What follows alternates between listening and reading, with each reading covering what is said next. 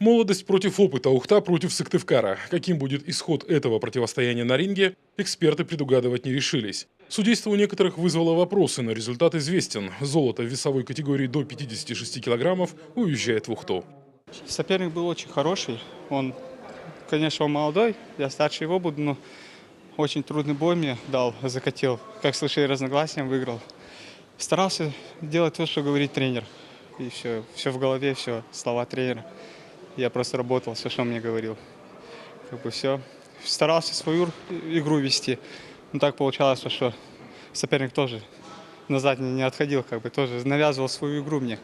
Финальные бои чемпионата Коми по боксу проходили в 10 весовых категориях. В 3 поединках золото взяли мастера спорта, тем самым подтвердив свой статус. Впрочем, в боксе иногда важнее характер и равнодушие к авторитетам. Таким был бой, где победа осталась за перворазрядником.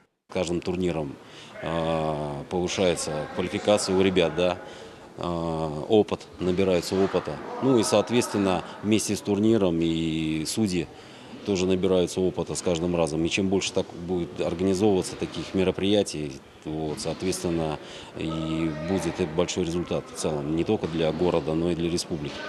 Что ожидали, то и получили. Такой вывод по итогам сделал тренерский штаб сборной Усинска. Команда вошла в тройку лучших. Но удержит ли позицию, пока не ясно. Искать молодые таланты все труднее. В неравном бою бокса с гаджетами победа пока за техникой.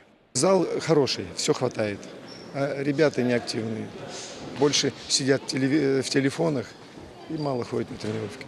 А это самый зрелищный финальный бой. Возраст соперников в общей сложности перевалил за 60.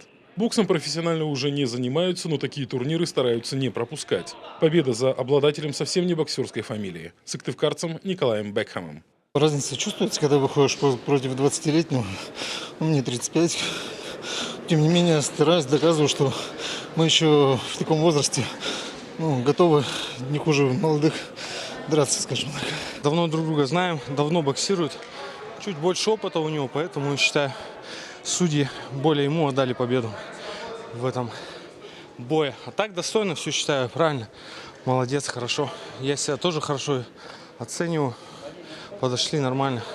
Дальше у спортсменов перерыв, а в сентябре сегодняшние чемпионы выйдут на ринг окружного чемпионата в Пскове. Время на подготовку есть, как и шансы повысить свое мастерство. Победа на уровне северо-запада дает возможность получить звание мастера спорта и открывает двери в большой бокс. Алексей Корчма, Виктория Палкина, Павел Люлянмин, телеканал Юрган, Сыктывкар.